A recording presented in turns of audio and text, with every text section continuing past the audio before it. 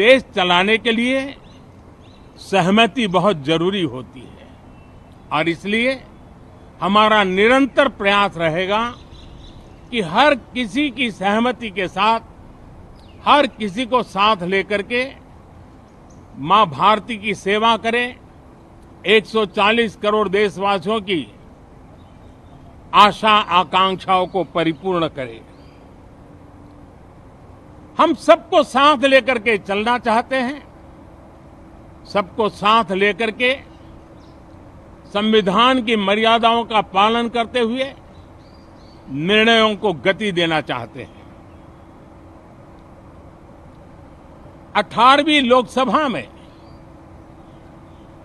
हमारे लिए खुशी की बात है कि युवा सांसदों की संख्या अच्छी है और हम जब 18 की बात करते हैं तो भारत की परंपराओं को जो जानते हैं,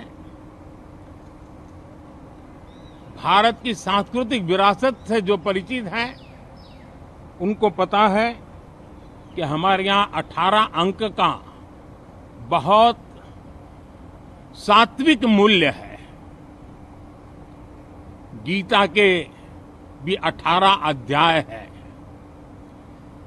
कर्म, कर्तव्य और करुणा का संदेश हमें वहां से मिलता है। हमारे यहाँ पुराणों और उपपुराणों की संख्या भी 18 है। 18 का मूलांक 9 है और 9 पूर्णता की गारंटी देता है।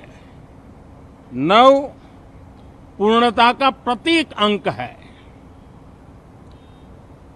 18 वर्ष की आयु में हमारे यहाँ मताधिकार मिलता है। 18वीं लोकसभा भारत के अमृतकाल की इस लोकसभा का गठन वो भी एक शुभ संकेत है। साथियों, आज हम 24 जून को मिल रहे हैं। कल 25 जून है। जो लोग इस देश के संविधान की गरिमा से समर्पित हैं, जो लोग भारत की लोकतांत्रिक परंपराओं पे निष्ठा रखते हैं, उनके लिए 25 जून न भूलने वाला दिवस है। कल 25 जून को भारत के लोकतंत्र में जो काला धब्बा लगा था, उसके 50 वर्ष हो रहे हैं। भारत की नई पीढ़ी इस बात को कभी नहीं भूलेगी कि भारत के संविधान को पूरी तरह नकार दिया गया था। संविधान के लीरे लीरा उड़ा दिए गए थे। देश को जेल खाना बना दिया गया था।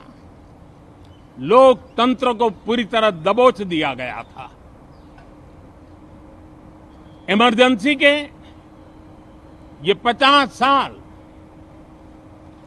इस संकल्प के हैं कि हम गौरव के साथ हमारे संविधान की रक्षा करते हुए भारत के लोकतंत्र, लोकतांत्रिक परंपराओं की रक्षा करते हुए देशवासी संकल्प लेंगे कि भारत में फिर कभी कोई ऐसी हिम्मत नहीं करेगा जो 50 साल पहले की गई थी और लोकतंत्र पे काला धब्बा लगा दिया गया था। हम संकल्प करेंगे जीवंत लोकतंत्र का। हम संकल्प करेंगे भारत के संविधान की निर्दिष्ट दिशा के अनुसार जन सामान्य के सपनों को पूरा करना। साथियों, देश की जनता ने हमें तीसरी बार मौका दिया है। ये बहुत ही महान विजय है, बहुत ही भव्य विजय है। और तब हमारा दायित्व भी 3 गुना बढ़ जाता है। और इसलिए मैं आज देशवासियों को विश्वास दिलाता हूं कि आपने हमें जो तीसरी बार मौका दिया है, 2 बार सरकार चलाने का अनुभव हमारे साथ जुड़ा है, मैं देशवासियों को आज विश्वास दिलाता हूं कि हमारे तीसरे कार्यकाल में हम पहले से 3 गुना ज्यादा मेहनत करेंगे। हम परिणामों को भी 3 गुना ला करके रहेंगे। और इस संकल्प के साथ हम इस नए कार्यभार को लेकर के आगे चल रहे हैं। माननीय सभी सांसदों से देश को बहुत सी अपेक्षाएं हैं।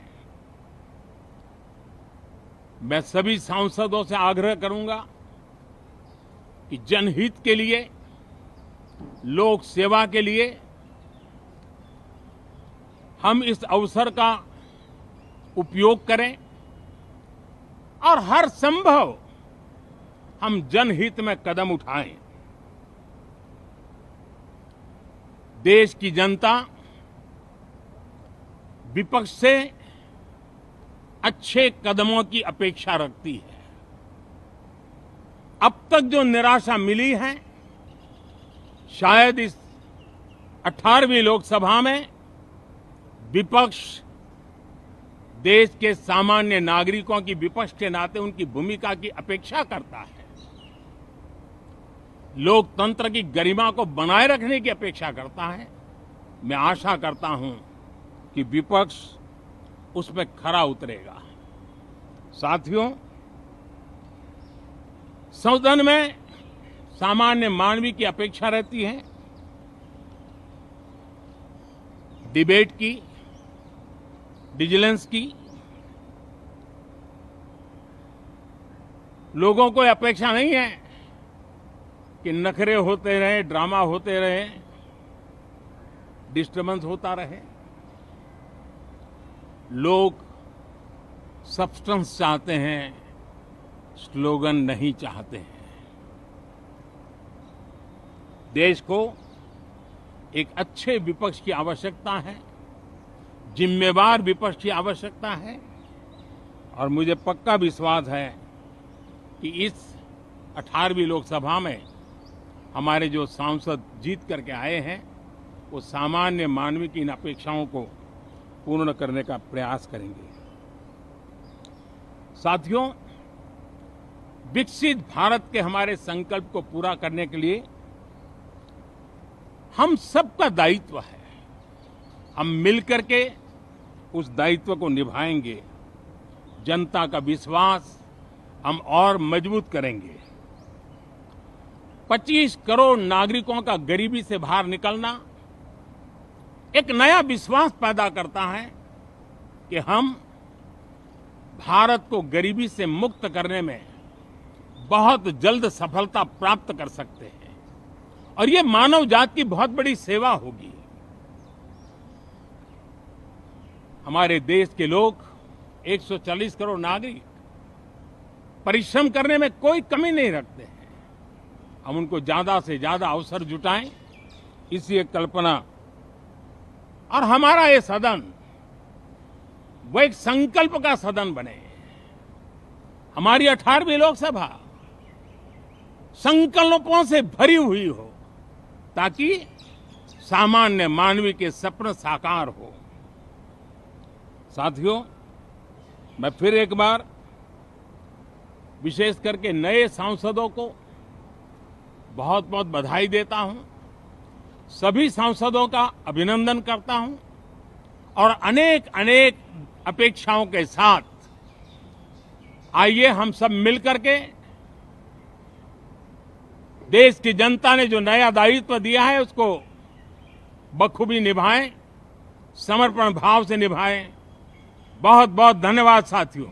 For more of such videos, do like, share and subscribe to ET Now Swadesh.